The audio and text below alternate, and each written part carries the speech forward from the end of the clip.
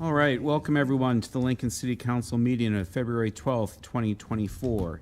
In accordance with LB 898, please be advised that a copy of the Open Meetings Act is posted at the back of the chambers by the northwest door. Let us all rise for the Pledge of Allegiance, followed by a short moment of silent meditation. I pledge allegiance to the flag of the United States of America and to the republic for which it stands, one nation, under God, indivisible, with liberty and justice for all.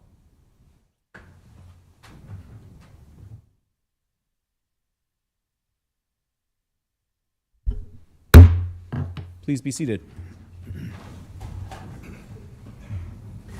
The order of business of the City Council is as follows. The clerk will call the items listed on the agenda.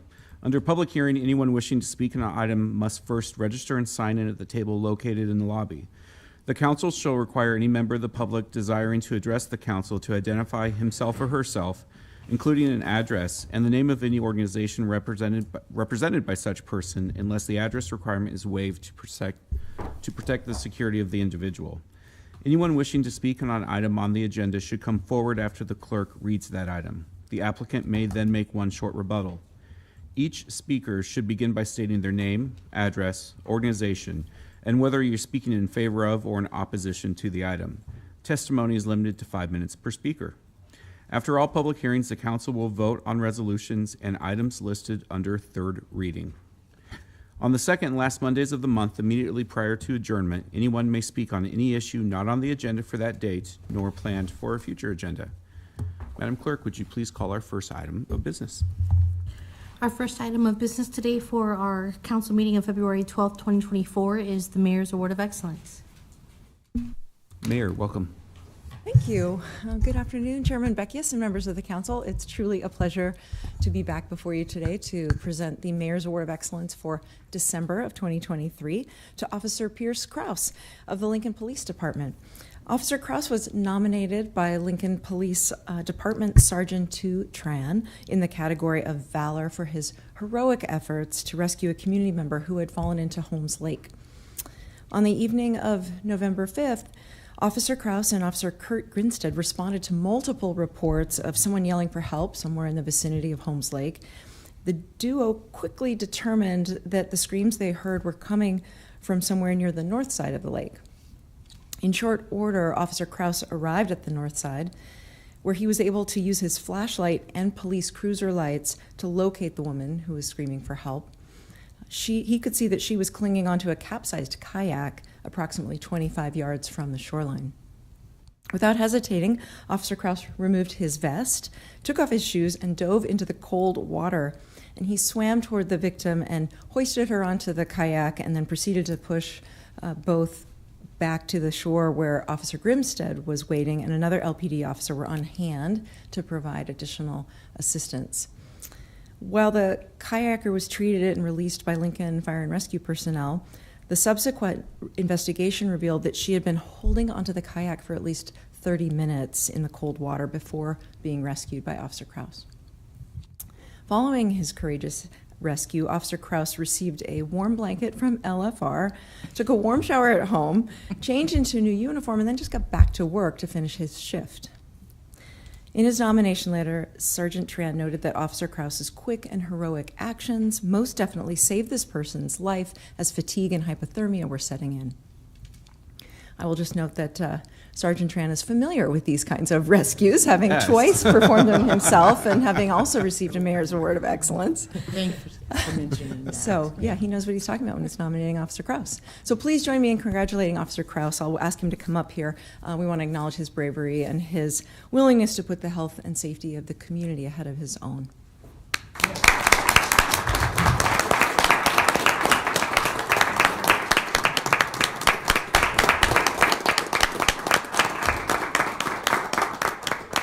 And at this time, I'd like Chief Michonne Morrow to come up and say a few words.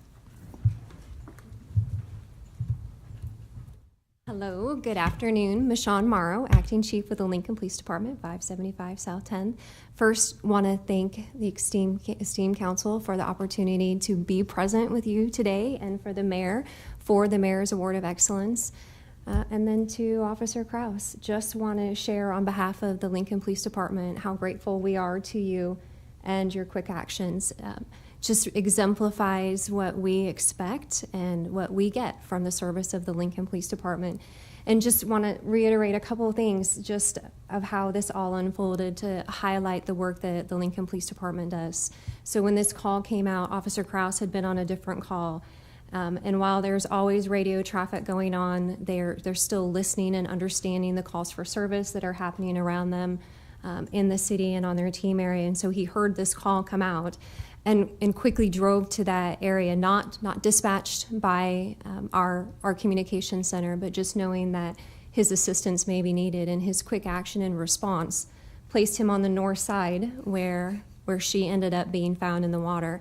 So we had two other officers on the scene, Officer Grinstead and Officer Cooper, who also were very alert in sharing that information that they were obtaining from community members. Again, just to also lift up our community and how quickly they responded when they heard cries from a female, understanding that she was in dire need of assistance. So it really, this whole call encapsulates all that we do in service to our community, from our 911 communication center to our officers, and we're just exceptionally proud of you and the bravery and quick action. So thank you for representing us so very well. Thank you.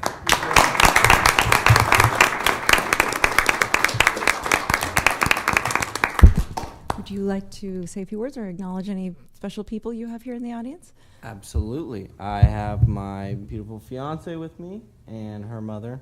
I just want to thank them for coming here. Well, thank you. Let's please give him another round of applause, and everyone else.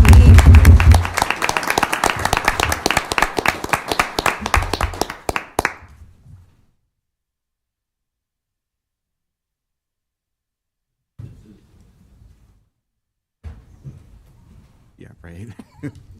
I just don't know how to go about that right now.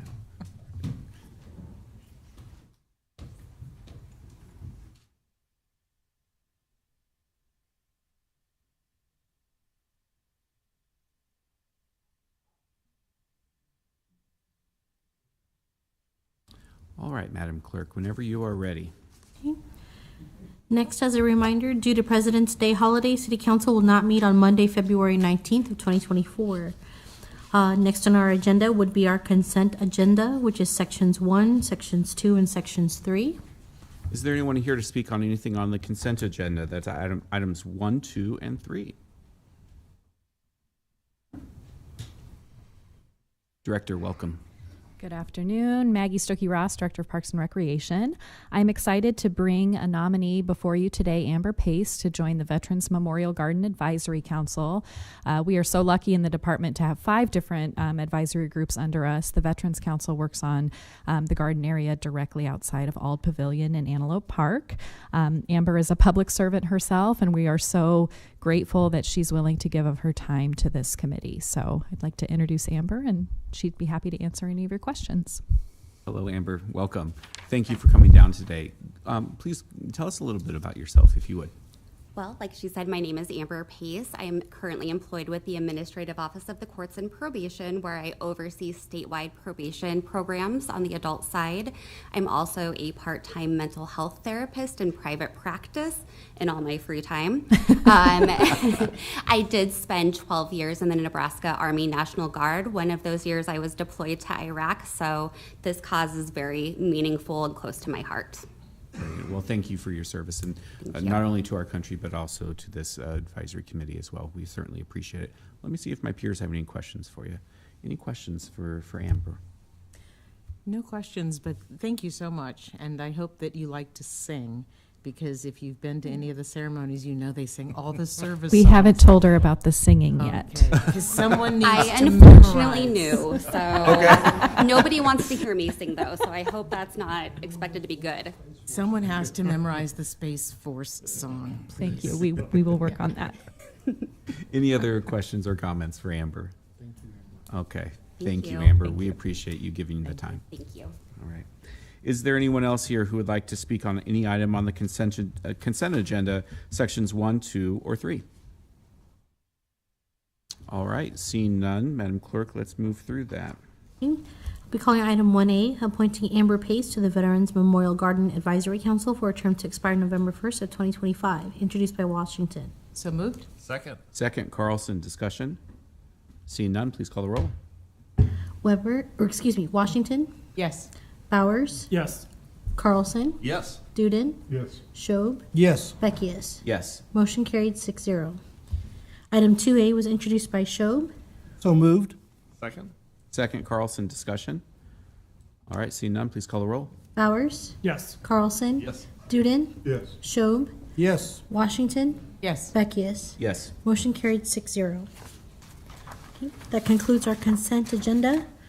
We shall move on to Section 4, Public Hearing Resolutions. I'll be calling item 4A, accepting and approving the report of new and pending claims against the city for January 16th through January 31st of 2024. Is there anyone here to speak on item 4A, new and pending claims against the city?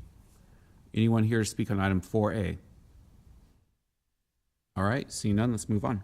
I'll be reading item 4B, Comprehensive Plan Conformance 23020, application of the Urban Development Director to review as to conformance with the 2050 Lincoln-Lancaster County Comprehensive Plan, including the College View redevelopment plan and the ads, the Pioneers Mixed Income Row House redevelopment project for construction of multifamily residential development and associated amenities generally located at 4618 Pioneers Boulevard.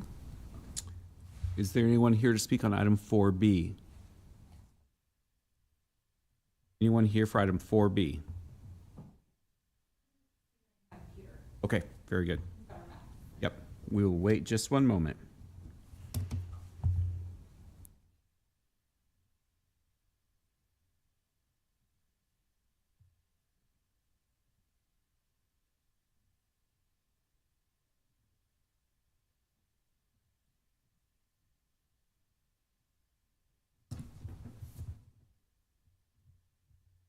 Hello, Director.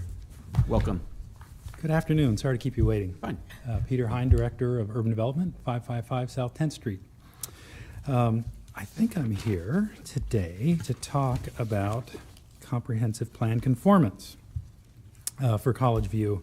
And you've seen this blight study, you've seen this project in the past. It's 73 acres. Do we have no wing today, Jennifer? Okay. Really, we're talking about the conformance of this project in the project area with the comprehensive plan. I can put it up, but I wanted to remind you of the area again. Any questions on this map that you've seen before and approved the blight study on this? Any questions for Director Hine? Okay. And then as a reminder, wanted to show you the small area for the project that we're adding, the Pioneers Mixed Income Row House redevelopment project, notated in red. And you can see as well where we have the right-of-way, the alley, Pioneers, and such indicated on this, where the project will be. Again, this area is walkable. It's important to do this project and approve it and move forward so that we can do this kind of development. Do you have any questions about it? It looks like the Planning Commission recommended approval Yes. 6-0 on this. Yes, 6-0 approval for that, yes. Okay, very good. Questions for Director Hine? We have seen this before, so. Yep. All right, Thank you very much. very good. Thank you. Is there anyone here who would like to speak on item 4B? Anyone here to speak on Comprehensive Plan Conformance 23020? All right, seeing none, Madam Clerk, let's move on to 4C. Item 4C is miscellaneous 23011, application of the Director of Urban Development to declare the former Sears and Environs redevelopment area generally located between Vine Street on the north, North 66th Street on the east, O Street on the south, and a line extending generally northeast from the intersection of North 63rd Street and O Street on the west, blighted and substandard. Again, very excited to bring this project to you today to start the process for this. You'll notice in this, again, we took this to Planning Commission and was approved as well. You'll notice that the Sears location is here, the old Sears and the tire shop. And you'll notice the area for the blight study included the piece of ground to the north and all the way to 66th and to O Street. And we captured that right of way again to do some improvements with this project on those areas as well. So this again starts that process for us to move forward with the developers for a redevelopment agreement for the Sears project. We will be coming back to you to define where the project area is just for Sears as well, and where the public access easement and all the rest of it is. Any questions on this one? Any questions for Director? All right. Pretty straightforward. Seeing none. Okay, thank you very much. We appreciate it. Is there anyone else here who would like to speak on item 4C? Anyone else here for item 4C? Mr. Seacrest, welcome. Welcome. Thank you. And Kent's here. Kent Seacrest, who is representing two of the three chunks of real estate here that the blight study touches and concerns. The first client is Shop at Lincoln, who's an affiliate of Reserve Development LLC out of Dallas, Texas, who has acquired the former Sears property and has great redevelopment ideas for that, and is taking the former Sears building at 120,000 square feet, big, and it's been empty now for 5 years. And so we're going to hopefully be bringing a redevelopment plan and redevelopment agreement in front of you to show 3 new retailers, a green car repair service center, and some other space that will be in the building. And the second client is Southview Holdings, who has the former McGinnis Ford dealership that you might be familiar with. And Randy Chevalier, who is Vice President of CIP, is here today if you have any particular questions for the former McGinnis Ford site. So those are the two that I'm formally working with. And then there's the third group. And the third group, if you can picture this, is the former Chunky Cheese. Some of you probably had kids or grandkids that you got to go to. That is closed. And then to the south of that is Hu Hong Restaurant, and then former Panera Bread. And then to the west of that area is the post office and Dietz and a flooring company. So this is what we call East Gateway, the east edge of Gateway. In fact, the blight study that's in front of you has the old name. We asked the consultant, Hannah Keelan, to update that name. And the same study, he resubmitted it, just changed the name to the East Gateway redevelopment area, because that's what we're intending. And we've reached out to Washington Prime, who owns Greater Gateway, and I think they hopefully are now working close in hands with the Urban Development Department, because that also could use some tender loving care in the future. And so we're just excited to get all that redeveloped. Our schematic design has actually gone through Urban Design Committee already, and got a green light on the design for the former Sears, and that's here in front of you today. And then CIP has the former McGinnis Ford has been knocked down, but they already came through with a CUP amendment calling for up to 300 dwelling units and 70,000 square feet of commercial. They're waiting for the market to hopefully bring some interest rates down and construction costs down. But I think, they have done a great project on the west side of Gateway called Havens at Uptown. It's a beautiful apartment complex. if the market cooperates, maybe we will see its twin or something very similar on the former McGinnis Ford site. But again, stay tuned for that one to hopefully come in front of you as well. Planning Department recommended approval, so did, as mentioned by Peter, the Planning Commission. And with that, we'd answer any questions you might have. Very good. Thank you, Kent. Any questions for Mr. Seacrest? I have one question. Yes, madam. Mr. Seacrest, I think I caught the names of the two of your three clients, but the third one, I think I missed that one. I don't have a third client. Oh. The third client is the It's for Chunky the area. Cheese, that Okay. middle area, Huhan building and the post office floor area. We've communicated with them, so they know what's going on. But I don't think they have any immediate short-term plans to do much yet, but maybe this will spur them on. All right, thank you very much. Any other questions for Mr. Seacrest? All right, very good. Thank you for Thank coming you. down, Kent. We appreciate it. Thank you, Randy, for coming. We appreciate it. Is there anyone else who would like to speak on item 4C? Anyone else for item 4C? All right, see none. Let's go ahead and vote on these resolutions. Item 4A is accepting and approving the report of new and pending claims against the city for January 16th through January 31st of 2024, introduced by Washington. So moved. Second, Carlson. Discussion. Seeing none, please call the roll. Bowers? Yes. Carlson? Yes. Schob? Yes. Duden? Yes. Washington? Yes. Beckius? Yes. Motion carried 6-0. Item 4B is Comprehensive Plan Conformance 23020, application of the Urban Development Director to review as to conformance with the 2050 Lincoln-Lancaster County Comprehensive Plan, including the College View redevelopment plan, and adds the Pioneers Mixed Income Row House redevelopment project for construction of a multifamily residential development and associated amenities generally located at 4618 Pioneers Boulevard, introduced by Washington. So moved. Second, Carlson. Discussion.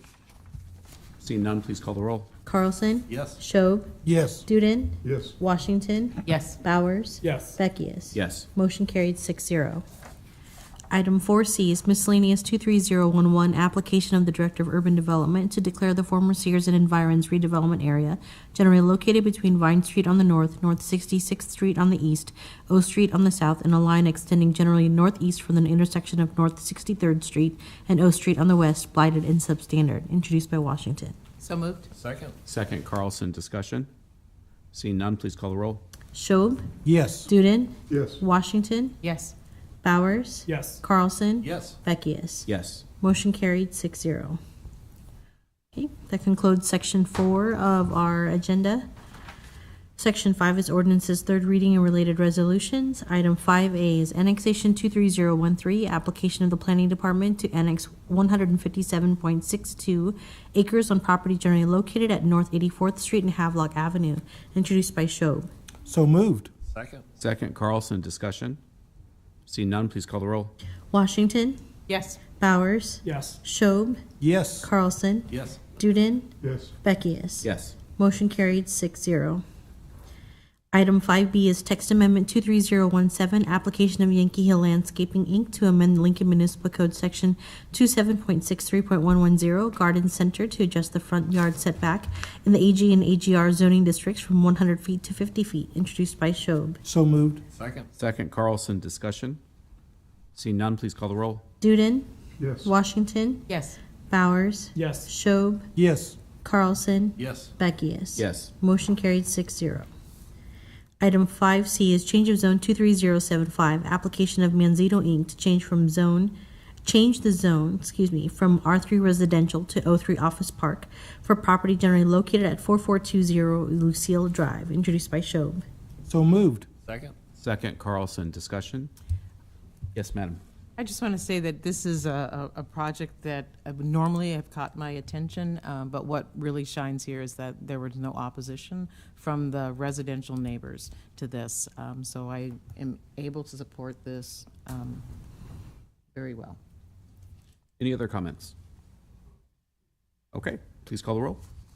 Carlson? Yes. Duden? Yes. Schob? Yes. Washington? Yes. Bowers? Yes. Beckius? Yes. Motion carried 6-0. Item 5D is text amendment 23016, request of City of Lincoln Planning Department to amend Lincoln Municipal Code Section 27.60.060 Planned Unit Development, amendments, Section 27.62.150 Manufacturing, Processing, Storage, and Distribution Use Groups, and Section 27.63.050 Parking Regulations, Section 27.63.470 Planned Service Commercial, Section 27.63.650 Mail Order Catalog Sales, 02, 03, and B2 districts, Section 27.64.10 Procedures and Requirements, Sections 27.67.040 Parking Requirements, Special Conditions, Section 27.67.045 Modifications to Parking Requirements by repealing Section 27.67.066 Special Conditions, H3 Zoning District, and by amending Figure 27.67.020 Parking Matrix and Figure 27.67.040 Uses with Special Parking Requirements to update Lincoln's commercial parking regulations as envisioned in Policy 11, a Plan Forward 2050 of the Lincoln-Lancaster County Comprehensive Plan by eliminating minimum parking requirements in certain zoning districts, introduced by Shope. So moved. Second. Second, Carlson. Discussion? Good thing. Here. Good thing. All right, very good. Thank you, Tom. I think I need oxygen after reading all that. Madam Clerk, please call the roll. Bowers? Yes. Carlson? Yes. Duden? Yes. Shobe? Yes. Washington? Yes. Beckius? Yes. Motion carried 6-0. Okay, that concludes Section 5. Section 6 is resolutions. First reading is item 6A. Section 7 is ordinances. First reading and related resolutions are items 7A through 7C. And then our pending list is Section 8, items 8A through 8I. Very good. Tonight is an evening of public comment. Anyone wishing to address the council on an item not on this agenda nor plan to appear on a future agenda may do so now at public comment. Individuals are allowed a total of 5 minutes to speak regardless of the number of topics. For the month of February, public comment will be held today, February 12th, and Monday, February 26th, 2024. Is there anyone here who would like to speak during public comment? If so, please come forward. And we do have 2 microphones up here, so if we have another party that would like to talk during public comment, go ahead and come on forward here to the other microphone, and we'll just go back and forth during public comment. Hello, welcome. Hi, I'm here on behalf of the Southeast Community College Young Democrats political organization. Okay. We recently had a meeting where we decided to send someone up to speak to the city council. Could you please start off with your name and address? I apologize. No, My it's name is fine. Ulysses Martin, and my address is 3611 Granger Parkway. Very good, thank you. Anyways, I came here to address the Israel-Palestine conflict and how we send $4 million in Lincoln taxpayer money to Israel to fund their genocide against Palestinians. I personally find it deplorable. We all do at the Young Democrats. And I would call on you to pass a ceasefire resolution, or at least bring one to the table and talk about it. That's really all I have to say. Okay, very good. Thank you for coming down. We appreciate it. Is there anyone else here who'd like to speak? Hello, welcome. Hello. Sorry, I just got off my bicycle, so I'm a little frazzled here. But my name is Serena Freet. I'm here for The Hot Mess, located at 408 South 11th Street. I'll be brief today. I just wanted to come down and once again talk about the bus transfer hub and the proposal of it being moved. One, I'm happy to know that LTU has reached out. There are going to be 2 public meetings available next week, Wednesday and Thursday. Hope maybe some of you will be able to attend, and also more members of the public too.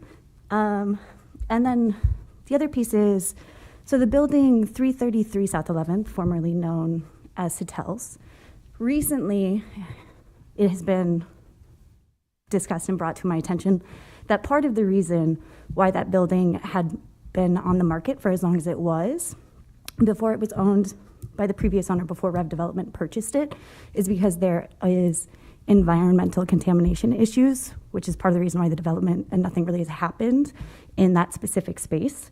So I just, want to name that, because as we talk about safety, ridership, and what we're doing in our community, I think that's something that we should really talk about, make sure we're making the right choices as we're moving forward. And then the other pieces, I think, I specifically want to kind of name most of, like, all of 11th Street is just small local businesses, right? We're made up of pretty small, lean staffs. And what we ask of our employees and what we ask of ourselves as business owners and the property owners, we do take a lot of pride in the block. And there has been a lot of lovely changes, a lot of beautification, and luckily we've been able to have a patio, which, took us 7 years to get. And there was all of these mechanisms of kind of checks and balances, right? Where, like, we check in with building and safety. You all are a part of deciding who gets liquor licenses. There's a state regulation, LPD, NSP, health department, all these things that all of our businesses are required to be able to pass these inspections to ensure that we're doing the best and running the best businesses we can. And I think I would like to know that LTU and the choices being made moving the bus stop, they're being held to the same standards, right? And I think there is possible, and like me personally, I do have concern about what if the bus transfer hub is moved, what that would require for us for staffing, right? And if we're having more people coming in and out, and there is more of a need to make sure the space, the bar itself, is maintained as a safe space, making sure folks are getting, like, not just patrons, paid clientele, but folks that maybe need a place to sit down or a place to use the bathroom, what that would look like logistically on our end as somebody who, and as businesses who are not resourced to be able to provide sort of these basic public services, and how that burden is kind of being pushed or potentially could be pushed onto businesses like mine and the rest of the block, right? So I just, one, wanted to say that, just to put that on your radar. And then two, on a separate note, I would like to second the person that spoke before and ask for you all to call for a ceasefire resolution. Thank you. Thank you. Any questions for our testifier? I have one. Yes, ma'am. Ms. Reed, thank you for coming down this afternoon. I'm trying to understand everything that most of it's very clear, but I wanted to understand, were you asking what the city would provide business owners on 11th Street to provide services for bus riders? No, I think, one, what will happen is the burden will naturally be pushed on to the business owners. Okay. I think we already kind of see that based on the community is lacking basic resources. Routinely, people need a public bathroom. They routinely stop by to ask, right?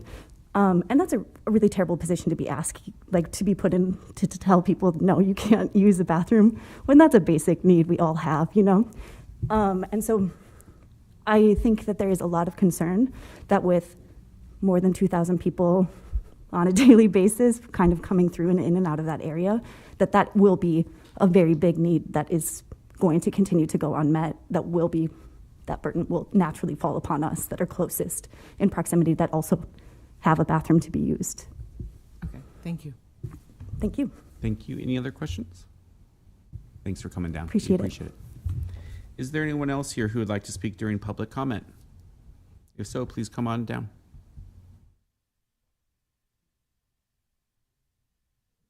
Good job.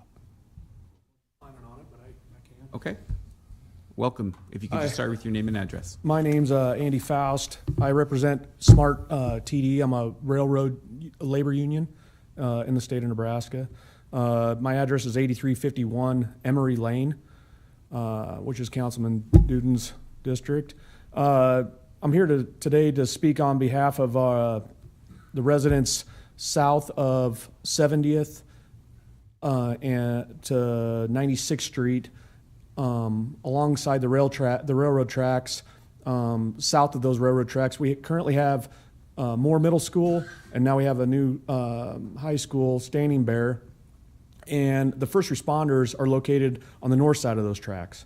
So last month we had 2 incidents, 2 days in a row, where a train was blocking from 70th Street all the way to 96th Street for a total of 6 hours on average.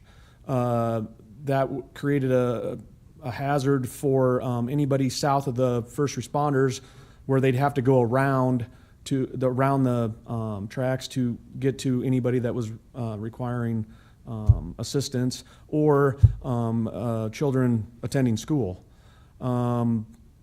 I would like the city council to look into an ordinance that would require the railroad, specifically BNSF, to follow to where they could not send, depart a train or return a train from Nebraska City between certain hours, specifically rush hour. That crossing there at 70th Street, going north and south, is super hard to turn around. And a lot of times there's a traffic jam. There's a roundabout south of that on 70th, and that's crazy. I know for a fact that there's city ordinances in Chicago. I'm currently checking on, I've heard of Denver, Colorado having city ordinances. I don't know if it's specifically to do with railroads, or they also have a metro trolley system there. But I can check on that. I watched the hearing back in November of 2021, and the railroads came here and specifically told the council that they would not operate. They would operate one train a day, and it would not be during rush hour. The first train down that was supposed to be January 1st of 2022. The first train departed Lincoln down that track on January 4th at 5:30 p.m. So the first train that went down the track was a lie, and they continue to do it. I would also suggest that we look into making 40th Street a quiet zone. I know the cost is enormous. We ran across that with 33rd Street. It's in the millions, but we have residents right there. I mean, they're right on top of the crossing at 40th Street on both sides, the east and west side of the southwest and the southeast corner of that crossing. An apartment complex is right on top of that crossing. So anything you can do to help, I'm willing to give my contact information to anyone, and I can do the research for you if you'd like. But thank you for the time. Thank you. Any questions for our testifier? Yes, Councilman? Comment on that. That's right. Because I've had a lot of complaints in regards to 70th I'm sure you Street have. and what have you. And a couple things you got to realize. Number one, that the Burlington Northern Santa Fe, they owned that right-of-way there long before there were even any roads there. Historically, it just goes back a long, long ways. They have an awful lot of power, and that's kind of why they behave the way they do. It's actually the city of Lincoln have had to ask for the right-of-way to cross in those locations as well, to put roads in and what have you. So I know it's going to be, I think, a battle, and some of it might require an overpass or an underpass, like you see up on Havelock or Cornhusker Highway. Something like that might fix it, where you go under the tracks instead of over them. But that takes, like you said, millions of dollars to fix. And the city of Lincoln's pretty well strapped now just on infrastructure issues. So that plays part of it too. But I definitely understand what you're talking about. We had the same problem years ago before they built the viaduct on A Street, about 6th and A Street, where those tracks down there were blocked, and sometimes it was because of a mechanical issue, that type of thing. But I'll look into that a little bit further for you at the same time, and I'll get your name, that sort of thing, and give you a call, tell you how I'm doing with it. So Okay. If there's anything I can do to help, I talk to the railroads. I've talked to them for the last 20 years because I've worked for them, and I know how they work. I don't really like the answer of the railroad was here first, because that's everywhere. I mean, towns were specifically built along railroad tracks. I mean, right downtown, the railroads were here first, and then they built a depot, and then they built houses on top of that because people worked for the railroad. So that was back in the 1800s. So we're in 2024, and I think the railroads need to be good neighbors, I would say. specifically with the first responders not being able to get to someone that needs them. I would not want that to happen. You know, if someone had a heart attack or a child was choking, eating the breakfast lunch at school or something. I think we need to talk, sit down and talk. All right, very good. Thank you very much. And just for your reference, you do understand that there are other fire stations that can service that area, then that portion of town is not specifically cut off from rescue service. Yeah. It's just it's not accessible from the Pine Lake location. Exactly. Yeah. Okay, very good. Thank you. Thank you. Is there anyone else here who would like to speak during public comment? All right, seeing none, I'd entertain a motion. I would request we adjourn. Second. All right, please call the roll. Duden, Yes. Bowers, Yes. Schob, Yes. Washington, Yes. Carlson, Yes. Beckius. Yes, Motion carried 6-0. we are adjourned.